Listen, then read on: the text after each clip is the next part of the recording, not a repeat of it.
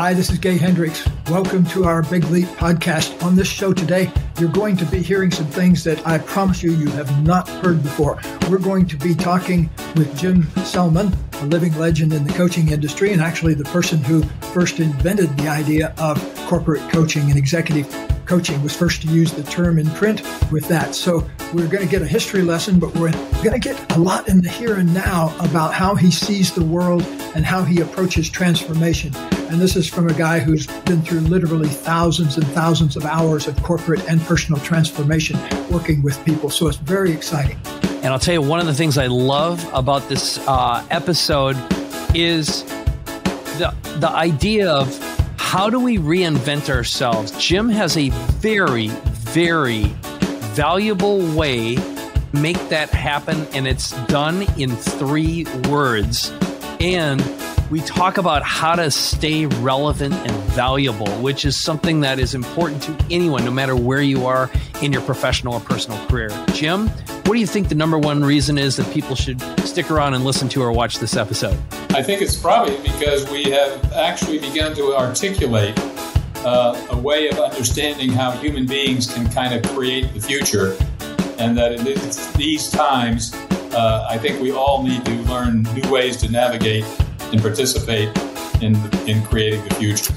It's all happening on the Big Leap podcast. Stay tuned.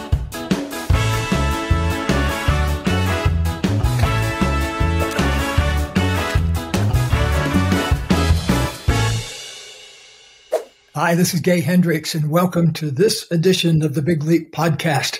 We're really excited today because Mike and I have a very special guest, an old friend of mine who has made a huge contribution to all sorts of aspects of our self-help and transformational industries, and we're eager to talk to our guest. Mike, how are you doing today? Awesome. I'm super excited because it wasn't long ago that I was with Jim at TLC. And for one thing, he is definitely a legend, made so many contributions, interesting guy. And I love the fact that we get to have a mentor and someone who's really paved the way for an industry that's grown like crazy and gone through many evolutions. So I'm really interested in the history lesson part of this and also his predictions. Good. Well, let us get right into it then. Our special guest today is Jim Selman, and I'm going to let Jim tell you what he does in a minute rather than trying to encapsulate it because it has a lot of reaches all over many areas. But first, Mike referred to the history lesson. One of the things that I know about Jim is that he was the first person that I know of that used the term coaching with regard to executive transformation. So first of all, Jim, would you confirm or deny that rumor? Well, I don't know if I was the first one to use the term, but I was the first one to publish a piece about coaching in business. And we did an event. It was an international video event back in the mid-'80s with Red Auerbach, George Allen, Tim Galloway, John Wooden, and Werner Erhard. And the event was really asking the question, what does all coaching have in common regardless of the subject being coached? And that was, as far as I know, there were about 6,000 people on that call. That was really what started the buzz. And I just wish I'd known where it was going. I'd have probably bought stock in myself. And what year was that roughly, Jim? 86. All right. Good. Well, the first article was called Coaching and the Art of Management. So one of the things we're very interested in on this podcast is always, what were some of your big leaps? What were some of the things where you went from one state of being to another state of being that made a difference in how you delivered the content that you delivered in your career? That's a good question. I would say that in one sense, I've had a lot of big leaps over the years. In fact, transformation, the way I think about it, is almost every transformation I've experienced has been a big leap. The biggest one personally, Gay, I think I may have mentioned to you at some point, was when I got sober in 1993. So it's been a long time, but I was one of those people that kept it secret and didn't let people know and was pretty still functional But when I had to look myself in the eye and look at my young son, I had to confront the fact that I did not have control over what I thought I controlled. And when you think you control something you don't really control, it controls you. And so then I made the pilgrimage to the AA rooms and began the process of sobering up. So that was probably the single biggest leap in my life, frankly. In terms of business, ironically, when we started the conversation about coaching, I had originally thought of it as a strategy for changing organizational culture. I was one of the first 3 projects that was formally trying to change organizational culture. Before people forget that there was actually a time when the word organizational culture did not exist in the lexicon. When things didn't work, it was because people had a natural resistance to change. And it was really only in the mid-'70s when the concept of organizational culture began to emerge as an explanation for why it was difficult to implement things. And that's been my whole career, is really pressing into that question of why is it so difficult to implement change? Even when people agree it needs to be done, even when people agree on the solutions, even when there's adequate resources, somehow the change still defies implementation. You can make a pilot project work, but when trying to make it work at scale, it's extraordinarily difficult.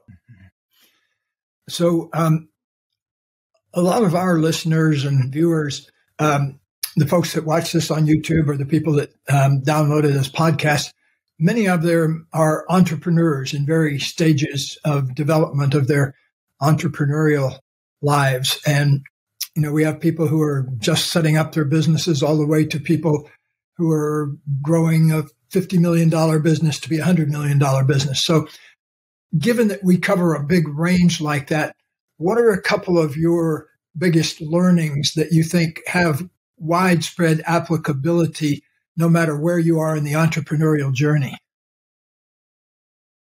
Well, I love the conversation about entrepreneuring because to me it's at its core about human beings creating reality, human beings creating something that does not exist. So the first thing I would suggest to people is that they acknowledge themselves as beginning a creative journey, and that all the things that are not going to work and that all the difficulties are going to be the raw material that they can use to really make their dream and make their vision come true. The second thing I would do would be tell them, don't think that your product or your service has value. That's a mistake. For example, a lot of people thought that they were offering coaching. I said, no, coaching is not an offer. That if you really want to be a successful entrepreneur, pay attention at what your service or what your product produces for the consumer or for the client. Because the value is in the receiver. It's not in the means of delivery. Coaching is a way of delivering value, but itself is not valuable. And the same, I think, is true of almost any product or service. So the more that an entrepreneur can pay attention to the concerns and the utility of what they offer in terms of the consumer, I think the more successful they're likely to be. And the other thing I would say is begin to appreciate that virtually everything, and this is the foundation of almost all my work, is happening in conversations between human beings. So invest the time to become competent in conversations. There's lots of conversations about change. There's lots of conversations about what people think has value. But that's very different than conversations that actually change something or conversations that enroll people and connect with where they live. I think that's the skill set that too many people take for granted.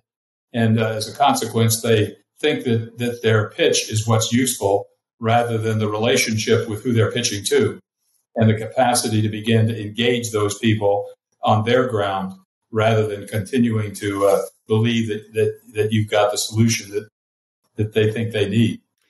That's really a key distinction. I remember in the early stages of my career, on one magic day, I realized that the way I had defined communication had only to do with how it left my mouth.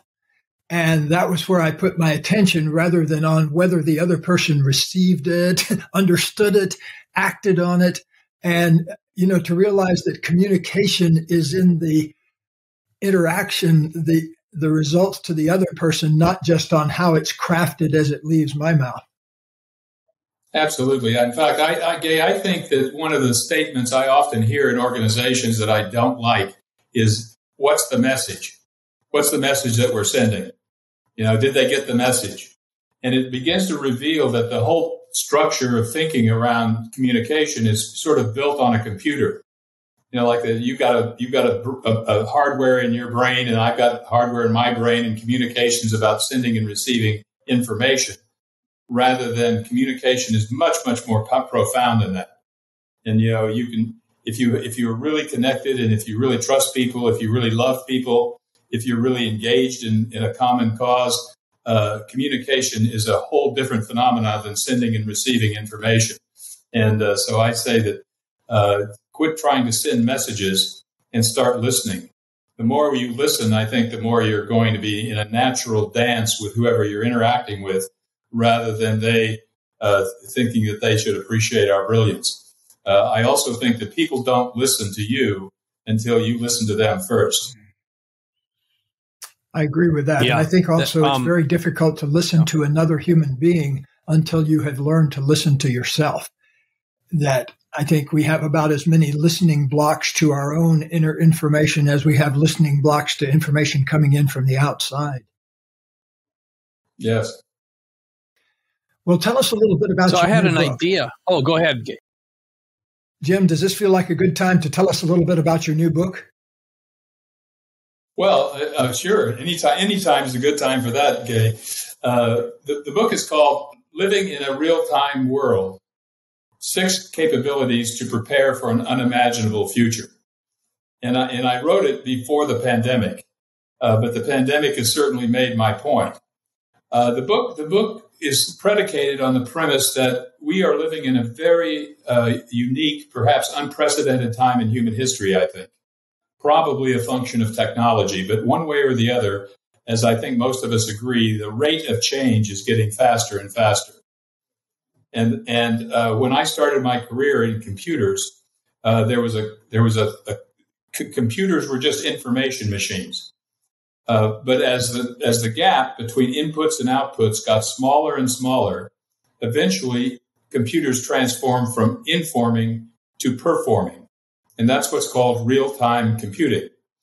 So what I happen to think is going on in the world today is that the gap between the future and the past is getting shorter and smaller. That we're living in a time where our predictions no longer are reliable and we can't trust them. That we don't have anywhere close to control, if we ever did, but certainly now I think most people would agree we don't control much of what's going on. And between that and the fact that this gap between the future and the past is getting smaller, it requires us to begin to rethink not only who we are, but how the world works and what's possible and what's not possible. I'm using the metaphor of Star Trek. I think we're kind of going where no one has gone before, and we don't have any maps for getting there. And as a consequence, we need to really appreciate the power of our relationships. One of the capabilities I talk about is caring. That learning to care and living in a context of care is becoming an essential ingredient, perhaps, of even survival.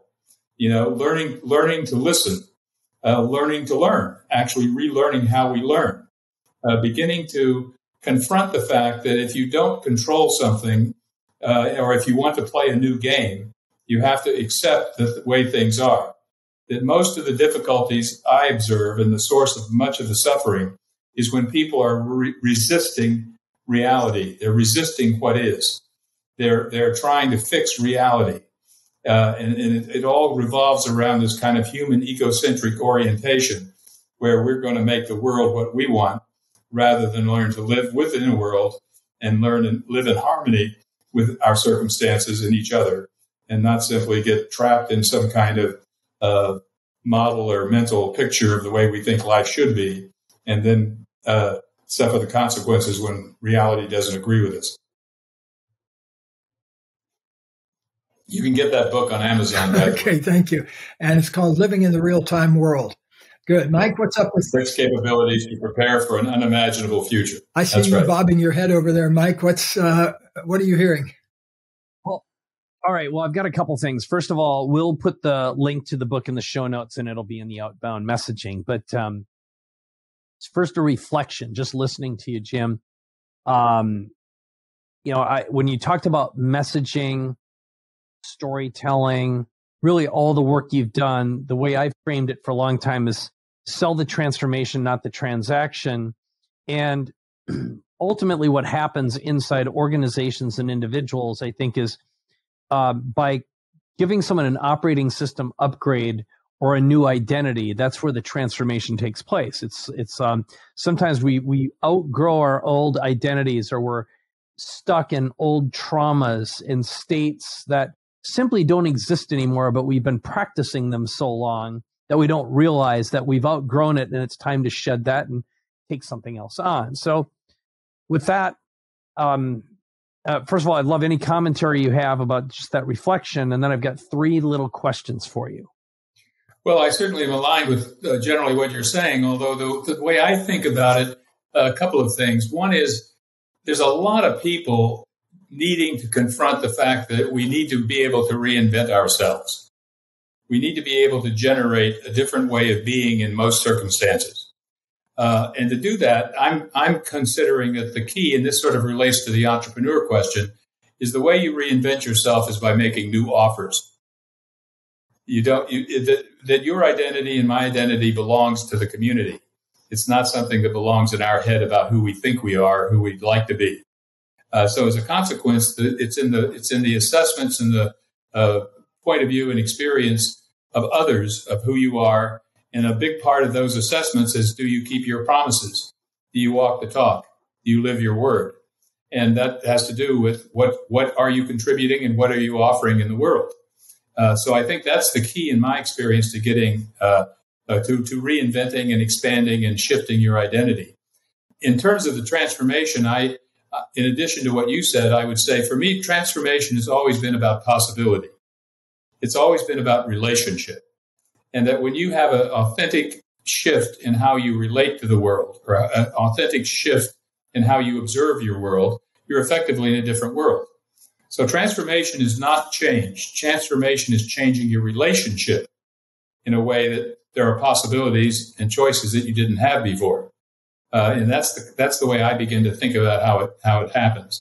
And I also think, by the way, and this is also true in my book, that all of these capabilities are innate in human beings. As teachers, I know sometimes we think we have something to give the student, rather than I'm much more of the Socratic frame of mind, that our job is to open possibilities so students can express innate capabilities that are already there, sort of like the ability to read. Everybody has an ability to read, but not everyone is literate. Yeah, those are, wow. We could unpack everything you just said. That could take us hours or days. So that was really thoughtful. Thanks for that. So here's my next little question. And I promised a little history lesson, but you were around and did some stuff with Werner Erhard, who folks who aren't familiar with, that goes back to the Est landmark days. Early transformation, at least what got commercialized. But I'm just curious about your perspective, looking back at that, historically, where coaching transformation change was, where it is now. Could you give us a contrast history lesson and maybe just reflect on that era and working with a big personality like Werner? Well, it's interesting because I think I do have a pretty good handle on the history, at least up until the mid 80s. But the transformation was a dream. It was an old word that was suddenly Werner's experience was able to bring a certain life into it. There were a couple of million people that had done the training by the time I moved on. The vision of transformation really was more experiential in those days. It was more about being able to put the past in the past. It was really about telling the truth. It was very connected to a lot of other, I would say, New Age offers and stories and interpretations. It was a kind of smorgasbord of a lot of different things. But Werner's genius, I think, was in being able to appreciate transformation as a distinction, not as a process. And that when he was able to do that, he could then use his experience, and he had reportedly, and he did, I think, have this sort of eureka moment when he was driving across the bridge in San Francisco. That was all written up in his biography. But when he had that eureka moment, what he got was that this is it. There's nothing else going on but reality. And if you can get that reality doesn't care what you think, and if you can really be present to reality and sort of disconnect from needing to either fix it or process it or understand it or do something like that, you have this extraordinary experience of freedom. And more importantly, you begin to realize that you have thoughts, but you're not your thinking. You know, you have feelings, but you're not your feelings. And many of these ideas were not original to Werner, but he was able to package them in a way in the form of the training that allowed a lot of people to get consistently that sort of, quote, enlightened experience. And when they got that became the big it. And as a consequence, a lot of people, still report that was one of the major experiences in their lives. I don't know much about what they're doing now. I don't either. But at the time, I didn't take the original S, but I got some of the trainings later and met Werner in the mid 70s, I guess. But it seemed like to me that the genius that he brought to the thing was of a real life example of the kind of education that we're talking about that comes from within when the space is created. You know, he's not putting in a lot of data. That was what impressed me. I remember there was one exercise where we were doing this seemingly ridiculous thing of standing up and sitting down and standing up and sitting down. But there was a certain moment when suddenly, oh, I see what's going on. But, nobody told me what was going on. And it was like I could see there was maybe 120 people in the room, and one after the other, I could almost see the person, and it took us all night to get there, but it was worth it because it came from inside. It wasn't any input somebody was putting. They were literally creating a space for a particular type of transformation and then letting it happen. That was incredibly impressive because that's a different type of pedagogy than I'd read about that when the Greeks were around back to 2,500 years ago, but I'd never seen it in real life. It had never been in my high school or elementary school or college or even Stanford PhD. I agree, Gay. There's a common belief that change is about modifying what's there. And a lot, Mike, you asked me where I think it's stripped. I think one of the problems with the general transformation movement is that the word transformation, like many of these terms, has sort of become overused and has become kind of jargon. Now we talk about transformational leadership and every other person is talking about transformation.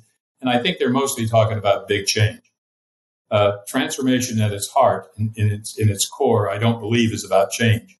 It's about a different relationship with life. It's about a different space in which to be.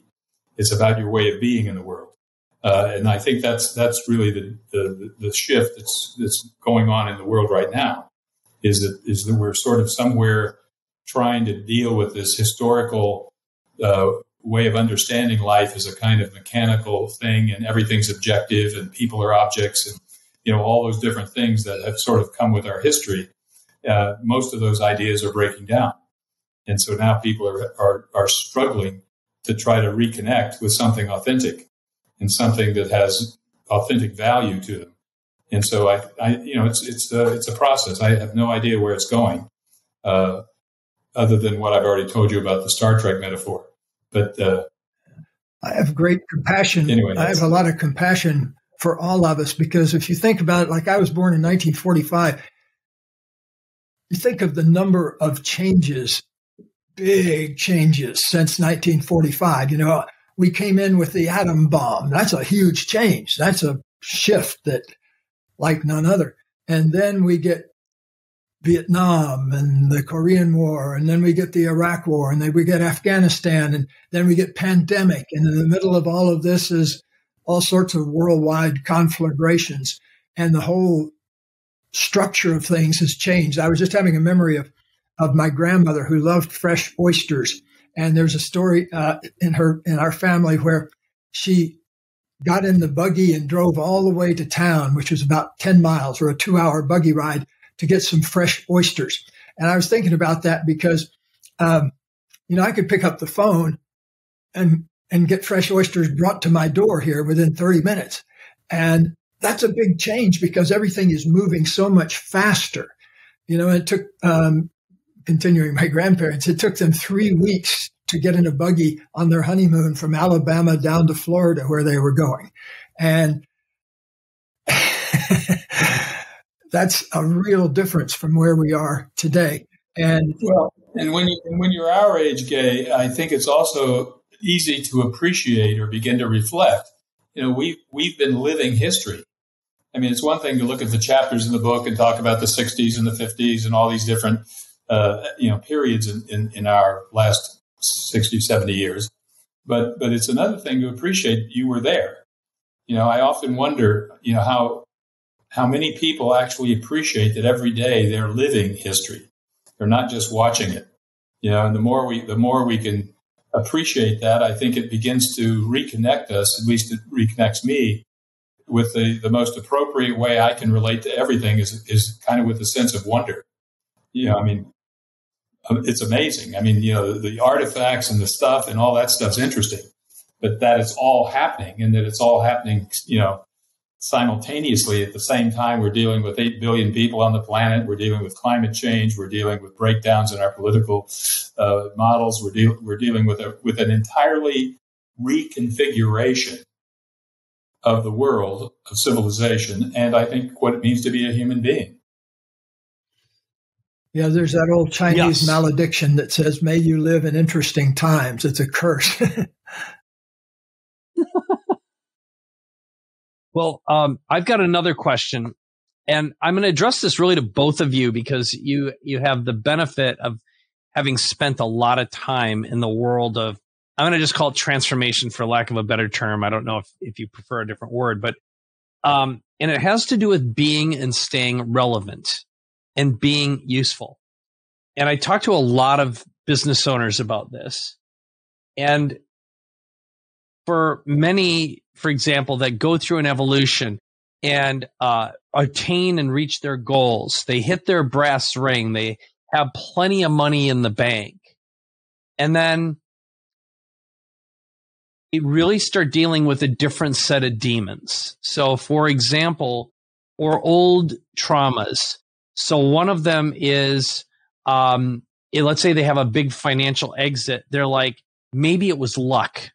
Did I really deserve this? Did I really earn it? Or they exit and they realize that when they leave their business, when they leave whatever they were doing, their ability to gain momentum again is reduced. It gets harder and harder to start and restart. And what they really end up facing is, do I add value? Do I create value? Or they realize how difficult it is to be and stay relevant and to be heard. So I'm curious through your perspective, two things. One is, what are you doing right now to be and stay relevant yourself after being in the industry as long as you have been? And then what's your perspective on this after working with tens of thousands, if not hundreds of thousands of people over the course of your career? Well, I'll give an answer, and I'm interested in what Gay's going to say as well. One of the principles that I live with is one called "come from where you want to go." I think that when we're beginning or when we're starting to create career or whatever we're doing, we have a vision of some sort, and we tend to give ourselves to that vision, and that vision uses us in a very specifically, it's using us by giving myself to that. And then when we succeed, we start to think it had to do with us, and we start to take credit, or we start to believe that it's something that what we know is actually why it was successful. When I talk to people, I'd say 9 out of 10 times they have no idea what their power is. They think they're powerful because they're smart, or because they're rich, or because they're beautiful. The fact is, if you just look at your network of friends, most of them, I suspect, are very powerful to you. But the reason they're powerful to you is not the reason that they think they're powerful. So it begins to reflect. There's a kind of human blindness that's always present.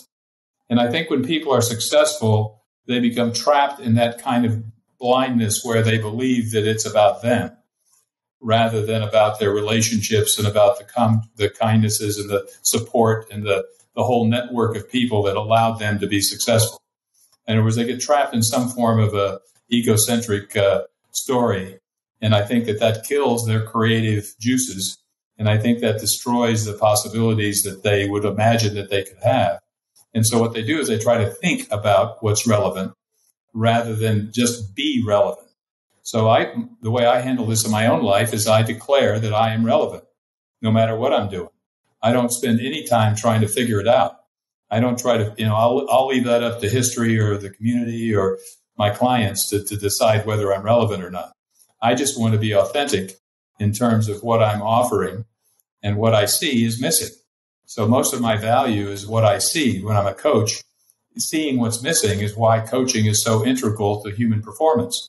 It's why great performers and champions always have coaches, because no one can observe themselves in action. So people pay me not for what I know, they pay me for what I see.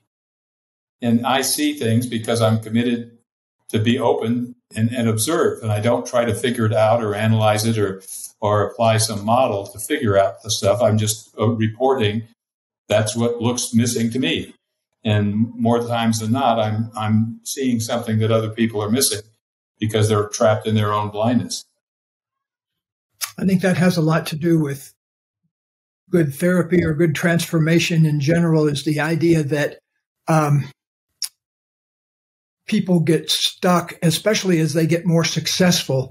They often close their circle of people that they listen to and talk to, and often close out voices that they don't want to hear, which is the exact opposite of how you want to keep yourself relevant. I think is you want to stay open to listening from all sorts of different directions. And also I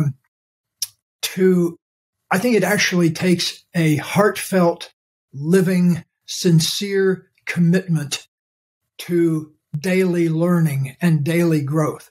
I think if you don't have that, if you haven't really put your heart and head on the line there as saying, this is what I'm after here on this planet. I want to learn. I want to open up as much of my potential as I possibly can. If you've made those kind of commitments, you're in a very different space than a great deal of humanity. And I think that ultimately, I don't know if everybody's going to start thinking like an entrepreneur, but I notice more people today thinking like entrepreneurs than there wasn't even a book on entrepreneuring when I was first trying to learn entrepreneuring. And now you have a gigantic stack of them in the library. Well, I'm even fond of the term solopreneur. Solopreneur. I think as more and more people are appreciating that the corporate relationship where you're looking for some entity to give you a job is pretty thin at best. And more times than not, that contract is being broken. And as a consequence, people are saying, if I'm going to make a living, if I'm going to have a life, it's going to be up to me, which is kind of step one toward being an entrepreneur. And then whether you're a freelancer, offering something, or whether you're in the gig economy doing projects, you're effectively entrepreneuring. And the more successful you come, then you start to engage with other entrepreneurs who are making offers that you need. And you're starting to reinvent the whole enterprise from being rather a monolithic entity that's trying to get you to fill predefined job slots to being spaces or openings in which there's lots of stuff that's needed and wanted. If you've got the willingness and the commitment, and I agree with you about commitment, Gay, if you've got the willingness and commitment to take care of what needs being taken care of. early in my career, I made a choice. When I was coming out of graduate school, I made a lot of noise and created a lot of controversy by kind of questioning what we were doing there, because the way I looked at it, psychology had moved so far away into all sorts of niches and departments and everything that we were forgetting two basic things. It needed to be about people feeling better inside themselves, and it needed to be about people optimizing their relationships so they experienced more joy and got more productivity out of their relationships. And all the other peripheral stuff that people thought about and everything, to me, was just wasting our time if we weren't focusing more in on those two things. And so I remember some of my professors, kicking me around the block because I wouldn't make a choice between, was I going to be a university professor or was I going to be a clinical psychologist? And I said, well, I want to do both, but then there's this other thing that I really think we ought to be doing. And that's kind of where I put my attention, was what do we need to do in order to feel a flow of clarity and loving good energy in our bodies? And what do we need to do to have that flow in our relationships with other people? Because that looked like the two big problems to me.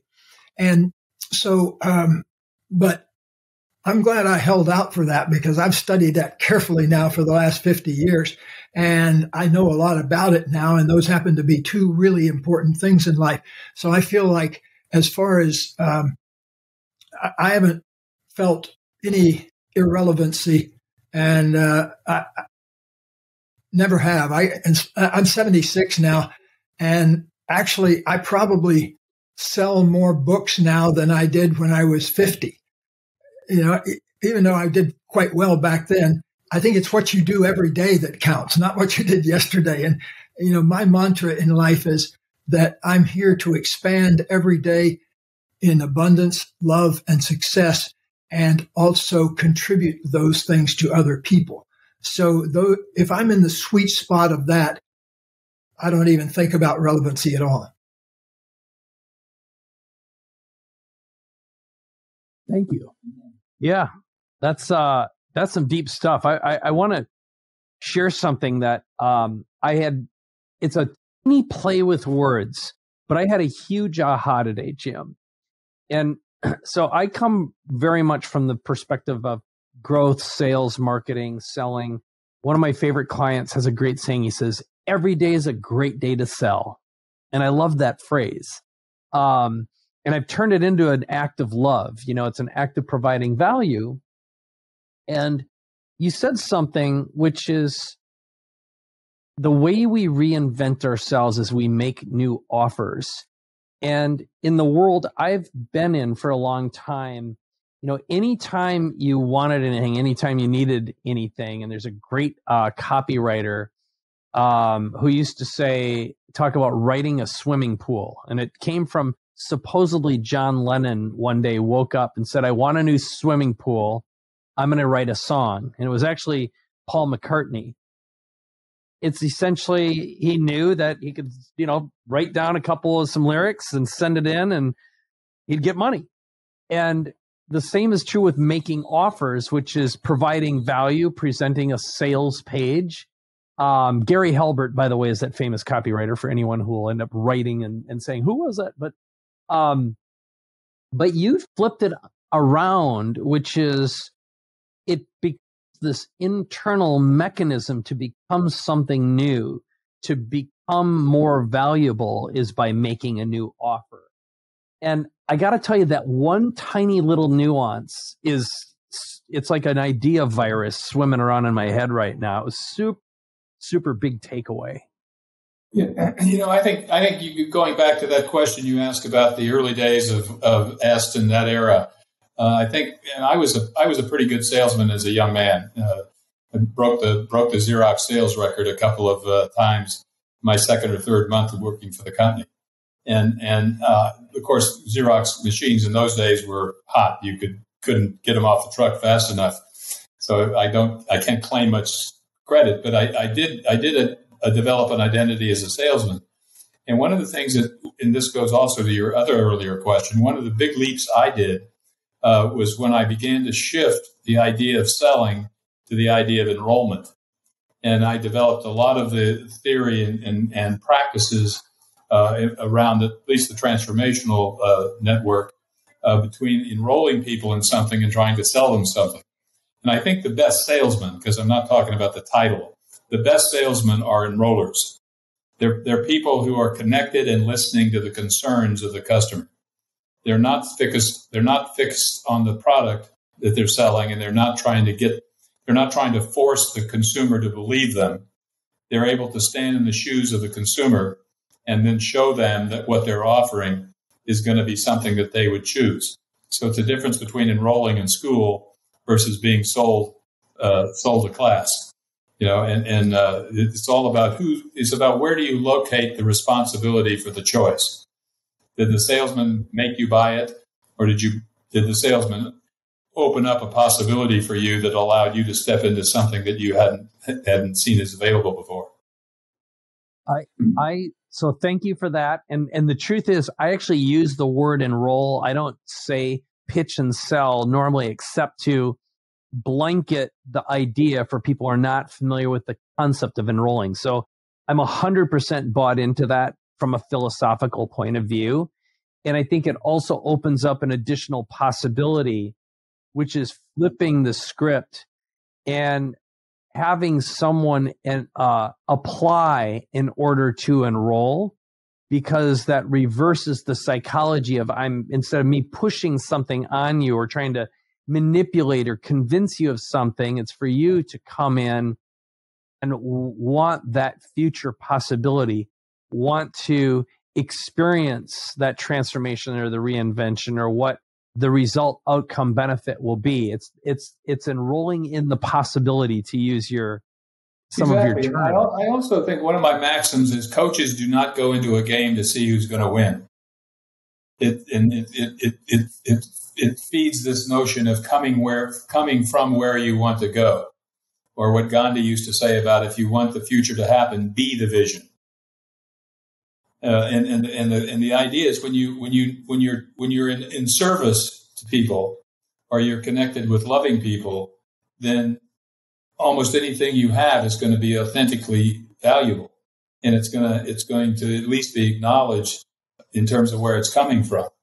And so I think it's really useful to have people kind of just keep letting go of trying to make the world what you want and start really being of service in the world that you have. That's how to live in a real-time world. That's Well, Jim, it's been really great. Enough people read the book, Dave. It's been really great hearing some of your ideas. Before we close up shop here, got any last-minute things you'd like to put into the conversation? Well, we can talk about it some other time, but you asked me earlier before the call about what am I working on now, and I'm mostly working on the idea of moods. I'm beginning to appreciate that everything is happening in some mood or another, and that while we can talk about being and we can talk about space and we can talk about transformation, a lot of those terms are fairly abstract. What I'm now beginning to appreciate is that because moods are so universal, and because people do, if they stop and think, recognize moods, it can provide a kind of pathway for transformation, or at least a more, perhaps more efficient pathway for transformation than some of the other models and approaches and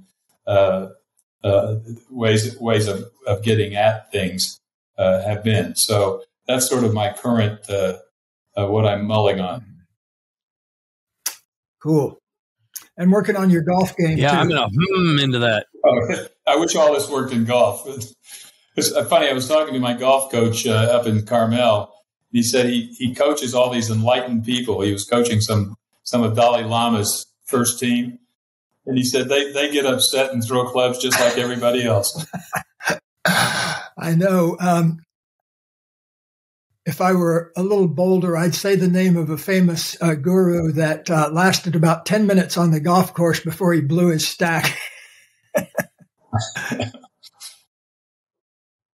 All right. Well, great. Well, one of the things I really appreciate and have appreciated about knowing Jim over the years is that you come from this history of being around for a long time. So it really makes a lot of the things you say have extra value. And the other thing that I really appreciate about you is how articulate you can be about inner experiences and about processes. And that's something that, that's a gift and a talent that you have to develop over the years. So I really honor you for developing that ability to see in the bigger picture while you're focusing on the very specific. Thank you. Thank you both. Yeah, no, this has been really great. What I love about the way your brain works, Jim, is the level of nuance and subtlety, and just this idea of operating inside of moods is, I can just tell this is like a 12-layer dip thought process and conversation. And I do believe that profound learnings happen inside of the nuance. It's something the current culture, American culture, doesn't understand the distinction between what is a threat and what is a nuance. And we love to live in this black and white world of guy, bad guy, and how things have gotten politicized. And I think freedom and peace and opportunity and true growth occurs inside all these subtle shades of gray and nuance. And human communication and relationship lives in that as well. And that's really a big part of what I got out of listening to you today. Hey, well, I certainly appreciate both of you for the opportunity to have this conversation. Thank you very much for joining us. Well, I'll wrap this up and say, first of all, we've got a short link for Jim's book, and it's at bigleappodcast.com/JS for Jim Selman. That's real easy, and that'll bring you to living in a real-time world, 6 capabilities to prepare us for an unimaginable future, as relevant now as ever. And the second thing is, one of the best things that you can do for Gay and I, of course, is leave a comment, share, like. If you're watching this on YouTube, subscribe to the channel and give us an upvote. And if you and leave a comment as well. And if you're listening to the podcast, make sure you leave a comment and a review. That means a lot to both of us. So, Gay, anything else to wrap us up? Tell them a little bit more about the Big Leap experience, the Big Leap event. Oh, yeah.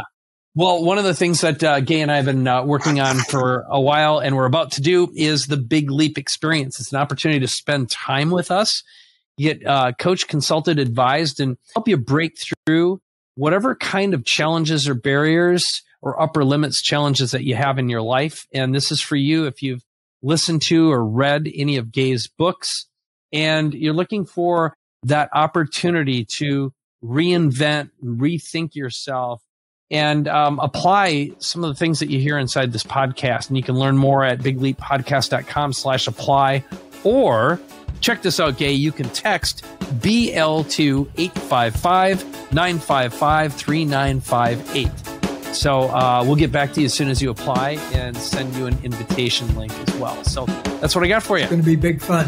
All right, everybody. Thank you so much for joining us on the Big Leap podcast today. And thanks again to our guest, Jim Selman. All right. Bye, everyone.